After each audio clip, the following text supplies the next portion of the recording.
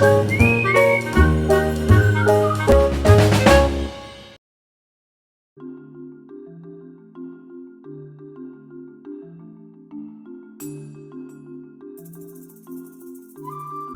hey, a tiger. Oh my, look at that beautiful specimen. Oh, isn't it beautiful? Oh man, what a beautiful place I'm in. Can anybody guess? I'm in the African savanna. You know what savanna means? Savanna means that there's rolling grasslands. You see a lot of grass? I don't see a lot of trees though, and let me tell you, whew, it's a little warm in the savanna because there's not a lot of trees for coverage. And there's some shrubs, but mainly a lot of grass is found here. This particular biome is going to be found between the rainforest and the desert. So it's got a wide range where it's going to be. We find them mainly in Africa and in South America, and there's different types of savannas as well. This one just happens to be in Africa because I wanted to go on a safari. And I think I found plenty of beautiful animals on my safari. The rainfall averages maybe 20 inches during the summer. That's during monsoon season. You know, when it rains and it rains and it rains. But then during the dry season, like the winter months from December to February, maybe 4 inches of rain. But you know, you would think in the dry season that the temperatures would be lower, but it still averages about 70 degrees Fahrenheit. So it's really not that cold in the winter in the savanna. So the types of animals that I'm getting to look at today are usually animals that are going to be grazing animals. They like to eat the grass in the grasslands, the savanna grasslands, and so they're herbivores.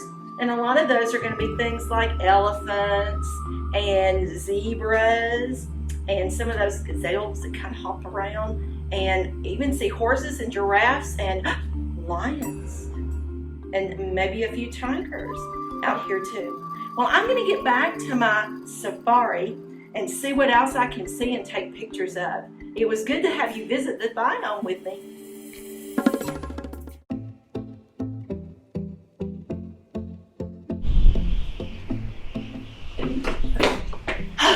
Wow, that was a rough flight into the Coniferous Forest. It's just so nice here. It's a little chilly because in the wintertime it can get to like negative 40 degrees Fahrenheit. And it can also warm up to 65, but whew, right now it is cold. These coniferous forests are so pretty. You may think that they're kind of boring because they're common with all of the pine trees. We see a lot of pine trees here, but they're pretty cool. They're home to over 30 species of different snakes. They also, I just saw a deer go by. Wow, it was so pretty. So there's some really cool animals out here in the Coniferous Forest. We get rain here, about 12 to 35 inches per year. Also, we have a lot of fires in the Coniferous Forest, but that's not always a bad thing because some of the pine cones that fall off of the pine trees, they need those fires so that they can open up and they can spread their seeds so we can eventually get more trees. You got a Christmas tree that's real, not one of the fake ones that you put up. It may have came from a coniferous forest, unless it came from a tree farm. So there's pretty cool things in the coniferous forest, like I said before. There is a huge threat to the coniferous forest, and that's called clear cutting. It's where all the trees get cut down. That's not a good thing. Why do you think it wouldn't be a good thing for all the trees to get cut down? If you said habitat loss, you're right. Good job. Habitat loss, if we lose habitat, then we're going to lose biodiversity of different animals. And that's not really a good thing. Animals we see here, we see moose, we see deer, we see reindeer, we see some really cool owls, squirrels. So the coniferous forest is a really, really cool biome, and I can't wait for you to learn more about it.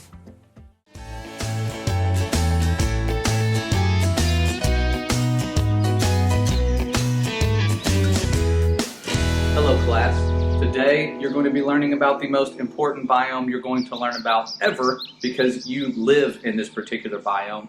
And since it's so important, I've decided that instead of me telling you about it, I'm going to bring in a local expert.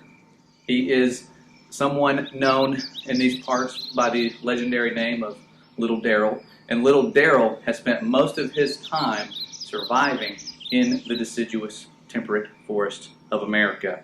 And so he is here to talk to you guys exclusively, and I have bribed him to do this, but he is here against his own will and willing to teach you everything he knows about this biome. So pay attention. Come on in, Little Daryl.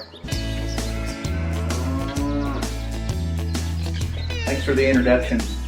Appreciate that.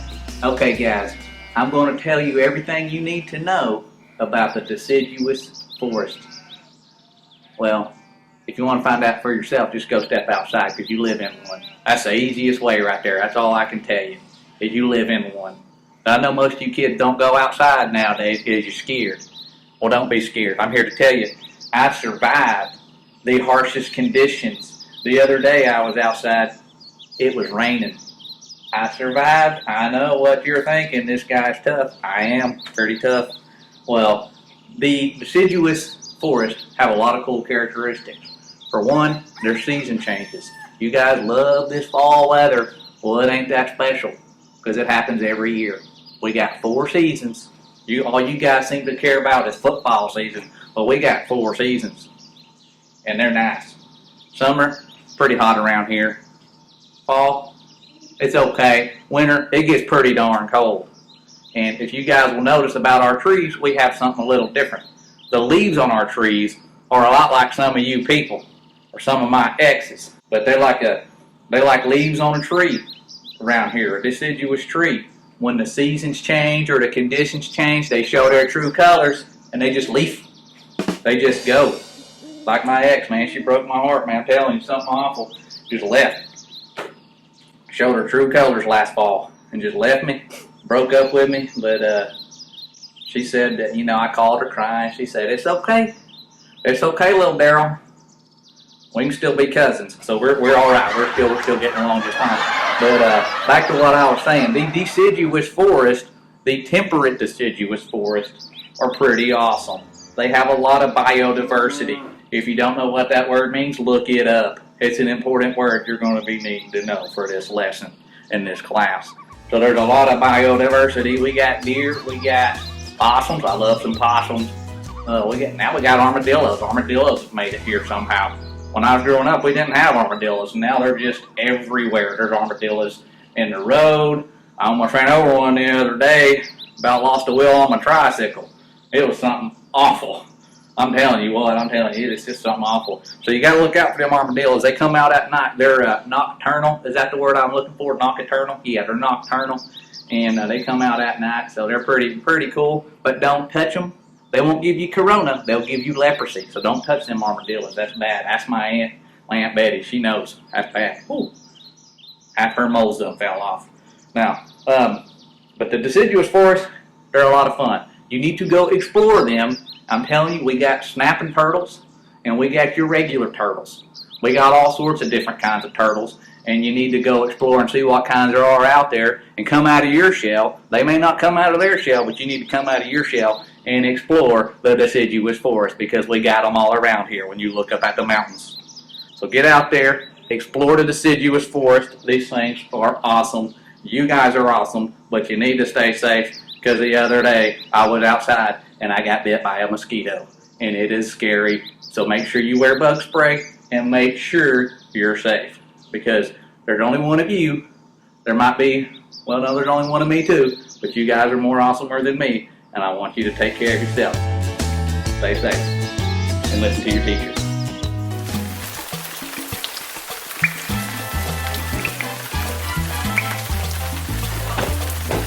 Hey guys, I'm in the rainforest. Come join me and see about what it is. Oh, woo! The rainforest is called the rainforest for good reason. As you can see, it's always raining.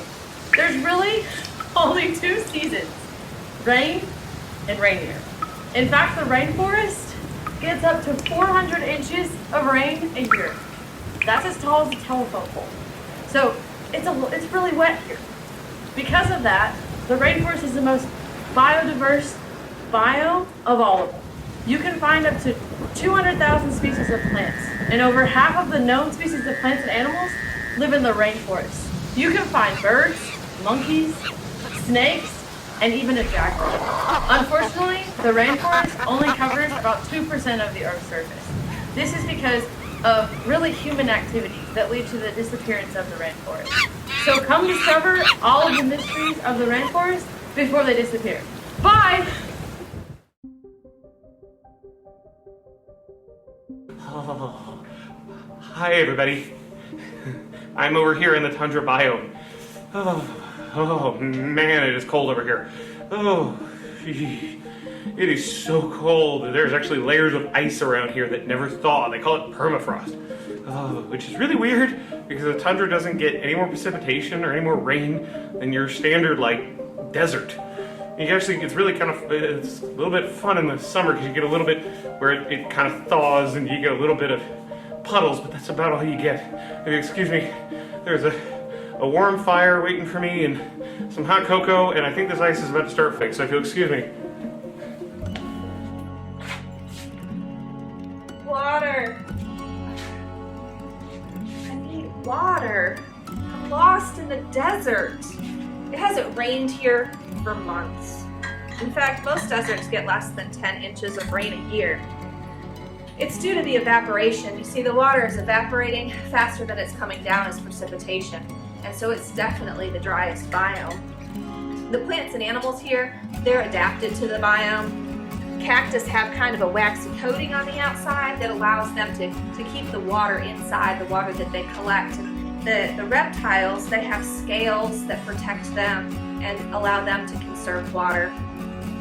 Some of the other animals that live in the desert are nocturnal, and so they sleep during the day when it's really hot, and they come out at night. Now the desert actually can get really cold at night because there's not any clouds or anything in the atmosphere to help hold the heat down to the surface. Deserts are the only biome that is actually growing, but that's not really a good thing. A desert growing means that other biomes are disappearing. Like this desert that I'm in here, the Gobi. The Gobi is the fastest growing desert on Earth, and it's transforming nearly 2,250 miles of grassland per year into inhabitable wasteland. Desertification is happening due to deforestation, or overgrazing, wind erosion, and of course the depletion of water. And guess who's responsible for that? Us, humans. Speaking of water depletion, I've got to find some water. I think I see a palm tree over there. Do you see it? It looks like there's a sparkling pool. I'm gonna go find some water.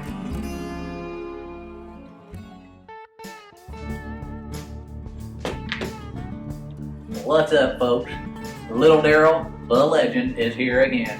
And if you guys didn't think that biomes could get any more exciting than the ones that you just saw, you're correct. Because this biome I'm about to introduce to you guys is kind of boring compared to the others, but it's still pretty cool. We've got the grassland biome, and if you've never had a chance to explore them, you might as well get in a vehicle when we have a break and head west. If you do that, you're gonna find out there's a lot of darn grass growing here in America. We got about 1.4 million square miles, I tell you, and I've seen almost all of it back in the day when I was a young spring chicken and I'd go on vacation and take the whole family. We'd see a lot of grass. We'd see a lot of prairie dogs too, and a lot of other things you guys are going to learn about, especially where else you can find these things. Did you think the boring grass only grows here? No, it grows in South America, Argentina, Asia, Australia, Russia, Mongolia, to name a few. So you guys have to know that if you're going to end up somewhere else after this apocalypse turns south and you have to migrate somewhere else to find food, you might end up in a grassland. And the grasslands are good for growing things like corn.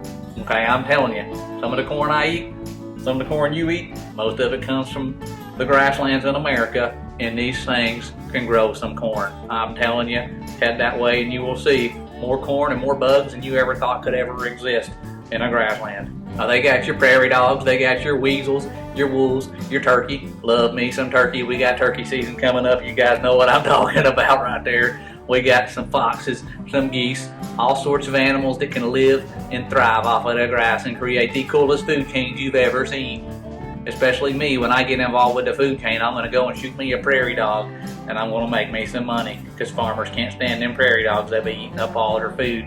Them things just like to eat and then stick their head back in the hole and hide from you. But they pop them heads up. Here comes the legendary Little Daryl with his Red Ryder BB gun. Boom! Take some out. I do that in my spare time when I travel and share my talents with the world. Now, the one thing you need to know about the plants is, of course, there's a lot of grass. When I first drove by a grassland, I thought, who mows all this grass? But the thing is, I kept asking people and they laughed at me. I said, nobody laughs at Little Daryl. I'm going to get to the bottom of this. And so I started asking the weatherman. I said, why don't they have trees, and who mows all this grass? And he told me, we don't get enough rain.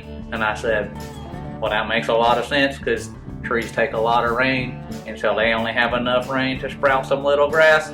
But occasionally there's some grass that grows about 6 feet tall, which is about 2 feet taller than Little Daryl. That's why they call me Little Daryl.